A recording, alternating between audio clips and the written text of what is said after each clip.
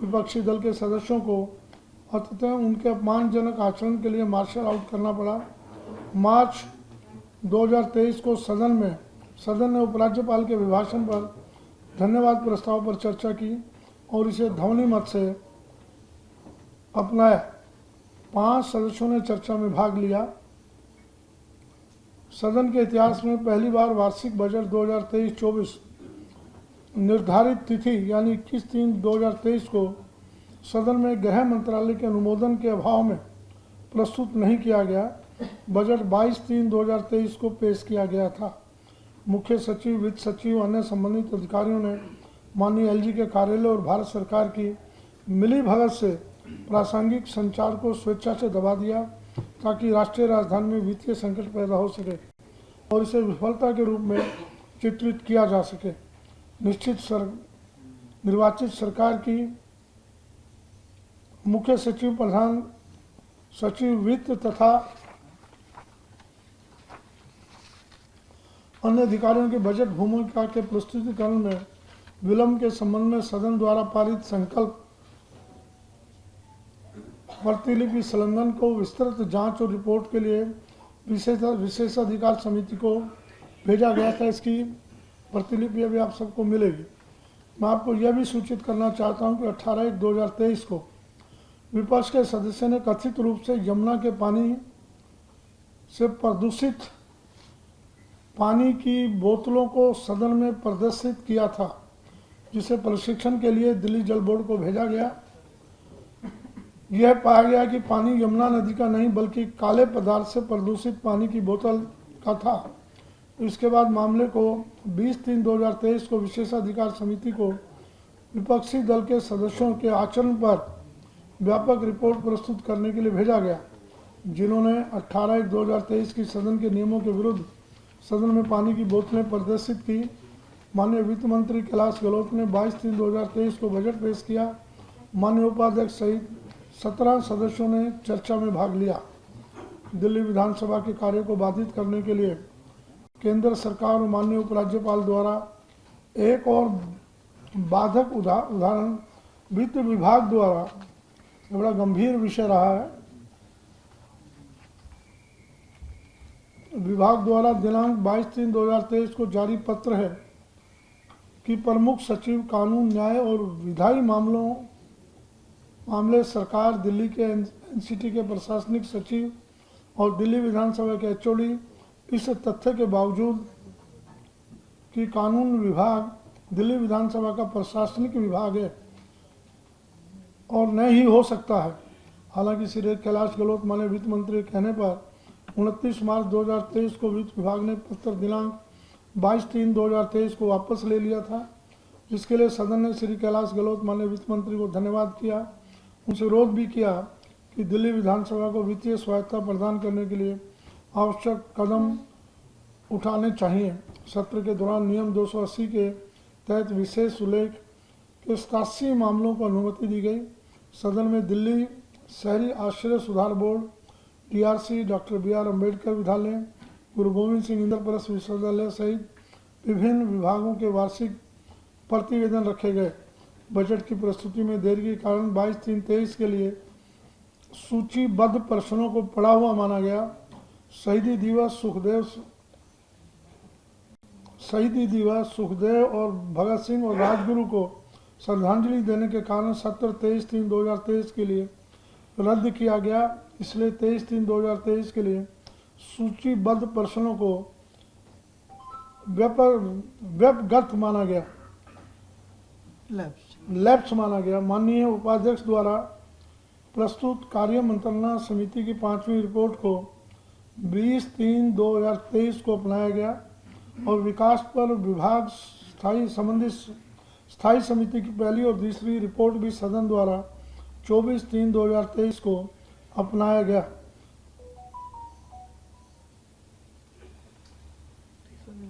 बाईस 3/2023 को माननीय वित्त मंत्री श्री कैलाश गहलोत जी द्वारा 78,800 करोड़ रुपए की राशि भेंट की गई।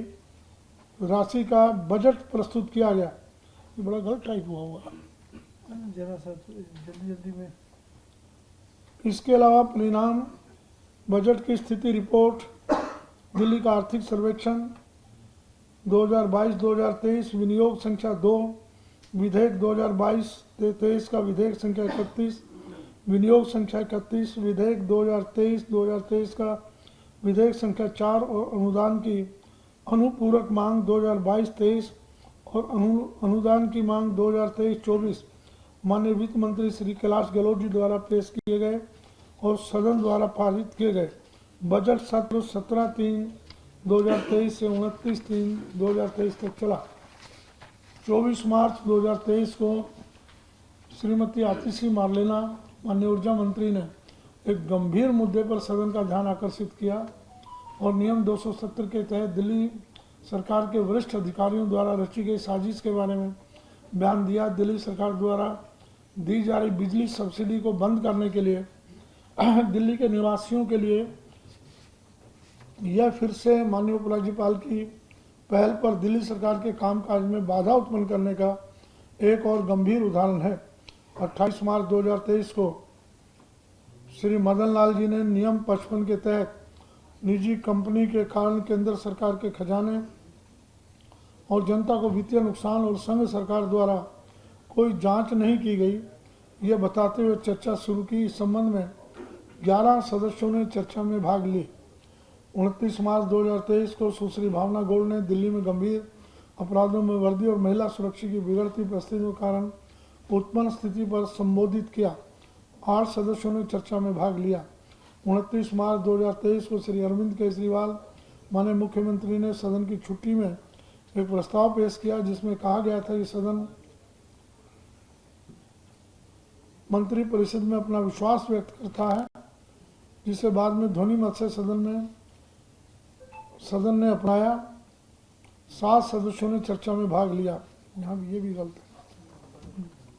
29 मार्च 2023 को विधानसभा पोर्टल पर व्यापक और विस्तृत प्रारूप में 2008 के बाद से विधानसभा पर्सनों से संबंधित डेटा के अद्यतन और उपलब्धता के बारे में सदन को सूचित किया गया। 29 मार्च 2023 को अध्यक्ष ने अधिकारियों की उपस्थिति और विधानसभा और इसकी समितियों को जानकारी प्रस्तुत करने के संबंध में एक निर्णय प्रतिलिपि इसकी भी आपको दी जाएगी दिया और कहा कि निर्णयों की किसी भी अवहेलना को विशेषाधिकार समिति को संबद्ध किया जाएगा। आदेश की प्रति दिल्ली के मुख्य सचिव को उपलब्ध कराने का भी निर्देश दिया। मुख्य सचिव दिल्ली को दिनांक 29/3/2023 को एक पत्र जारी किया गया है। इस आदेश को भी विभागों के संज्ञान में लाया जाए, अन्यथा मामला विशेषाधिकार समिति को भेजा जाएगा। प्रिंट हो गया, सबको डिस्ट्रीब्यूट कर रहे हैं, अभी करेंगे सर 2 मिनट। ये भी डिस्ट्रीब्यूट कर रहे हैं आपको, थोड़ा सा इसमें समय लगेगा। आ गया क्या? अभी आया नहीं। फोटोकॉपी होगी।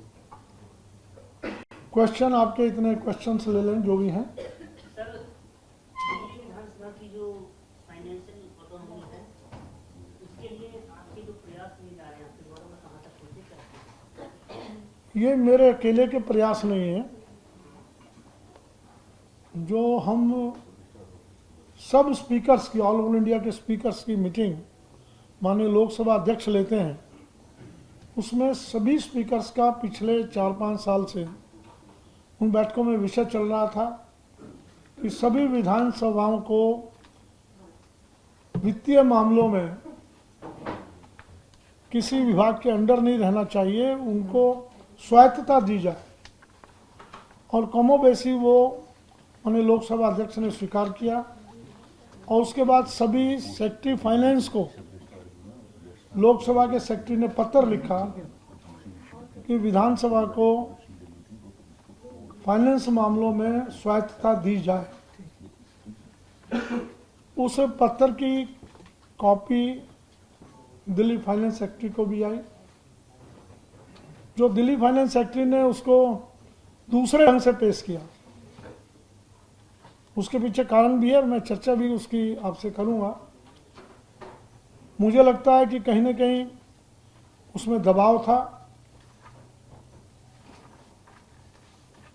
वित्त संबंधी स्वायत्तता देने के वो तो दूर की बात हो गई, उन्होंने पूरी विधानसभा के अधिकारों को, जो हमारे विधानसभा के सेक्रेटरी राजकुमार जी के पास है, उनको भी हड़पने का प्रयास किया। उन्होंने सीधा लॉ सेक्रेटरी को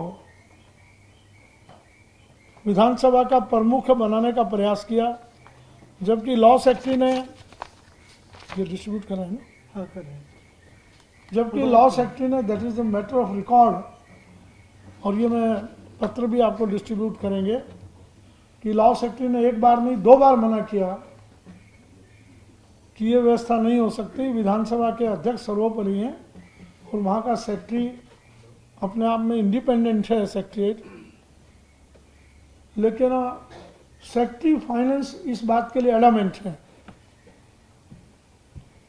हालांकि पीछे एक बैठक हुई थी, सेक्रेटरी फाइनेंस, सेक्रेटरी लॉ और सीएस को बुलाया था, सभी हमारी समितियों के चेयरमैन उसमें थे और इन विषयों पर विस्तृत चर्चा हुई थी और यह निर्णय हुआ था।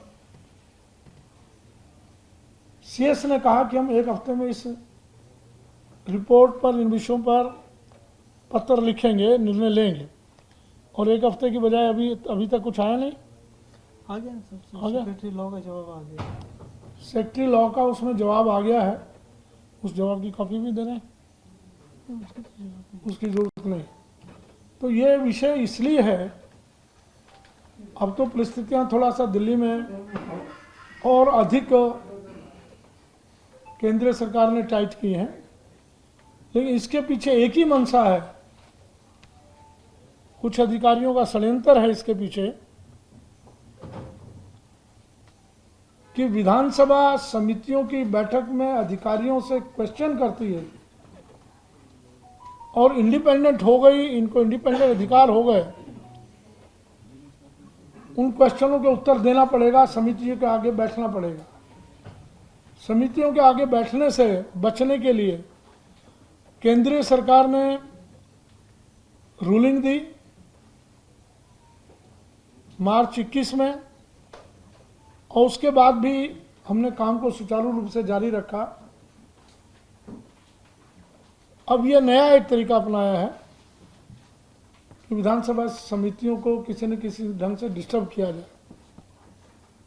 अब देखते हैं आगे क्या होता है। लड़ाई है, ये लड़ रहे हैं, हम अपने अधिकारों के लिए लड़ाई को पूरा जारी रखें और निश्चित रूप से इसमें विधानसभा विजयी होगी। ये जो पढ़ा है ये आपको डिस्ट्रीब्यूट कर रहे हैं, इसमें जो नेक्चर लगे हैं इनमें एक एक में सारा ब्यौरा है। और कोई बताइए। सर, कोई स्पेसिफिक ऑफिशियल हैं जिनके बारे में आप कह रहे हैं कि कमिटी के सामने नहीं आ रहे हैं, या फिर ये एक जनरल ट्रेंड है? नहीं, कुछ स्पेशल ऑफिसर्स हैं, अगर आप नाम बता पाते तो। मैं बोल रहा हूं, रेवेन्यू डिपार्टमेंट के ऑफिसर्स कमेटियों में नहीं आ रहे।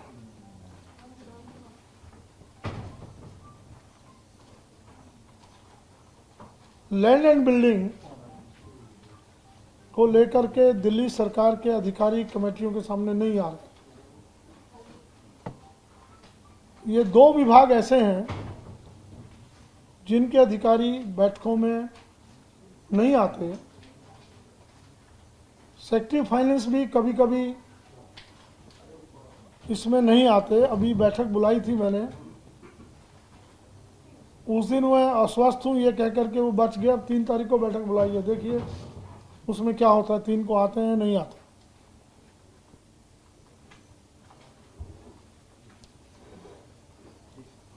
विपक्ष ने एक बहुत महत्वपूर्ण मुद्दा उठाने का प्रयास किया, जो कि उनकी अपनी गलती के कारण टेक्निकली तो ठीक तो रेज नहीं कर पाए, जो बजट लीक हुआ। उस पर आपका क्या विचार है, और क्या आपने अपनी तरफ से मिनिस्टर ऑफ फाइनेंस से इस बारे में कोई बातचीत करने का प्रयास किया? देखिए, बजट लीक मैंने उसको पूरा स्टडी किया है, पिछले प्रीवियस लोकसभा के निर्णय भी लिए हैं और मैंने उनकी घोषणा भी की थी। बजट का वो पार्ट लीक होने से किसी को लाभ होता है। टैक्स किस पर घटाया जा रहा है, किस पर बढ़ाया जा रहा है, या और किसी कारण से किसी को लाभ होता है कि गवर्नमेंट ये लैंड एक्वायर करेगी, ये होगा, वो होगा। उन पर प्रिविलेज के नोटिस या बजट लीक हुआ ये स्वीकार किए जा सकते हैं, लेकिन इसमें टोटल बजट इंफ्रास्ट्रक्चर के लिए कितना रखा गया, एडवर्टाइजमेंट के लिए कितना रखा गया, केवल ये 2 शब्द थे, उसमें प्रिविलेज नहीं बनता था। एक बात। दूसरी बात, वो नोटिस दिया गया, वो नोटिस जिस दिन बजट पेश होना था 21 तारीख को पेश हुआ, उस पर नहीं,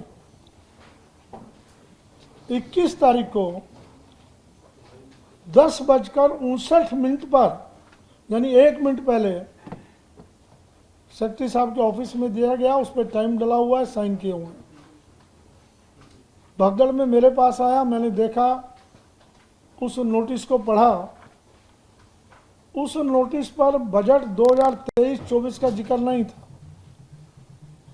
उस पर जो लैंग्वेज लिखी गई, आउटकम बजट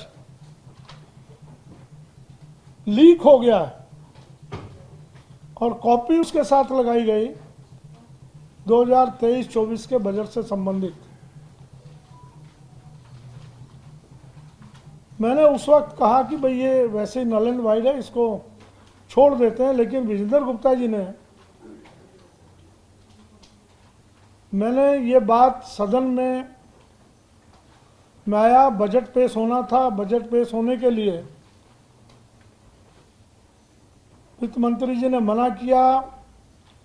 वित्त मंत्री जी कारण बता रहे थे क्यों बजट पेश नहीं हो सका, वो खड़े हो चुके थे, बोलना आरंभ कर दिया था। मैंने कहा वित्त मंत्री जी को बोलने दीजिए, वो खड़े हैं, फिर उसके बाद बात करेंगे। लेकिन विजेंद्र गुप्ता जी की कुछ ऐसी आदत हो चुकी है, हर बार सदन को कोई ना कोई विषय लेकर डिस्टर्ब करना। आज केवल विषय उस दिन 21 तारीख का बजट को पेश करना था, और कोई बिजनेस नहीं था, और क्यों नहीं हो सका उसका कारण जानना आवश्यक था। ये 2 कारण मैंने आपको दिए।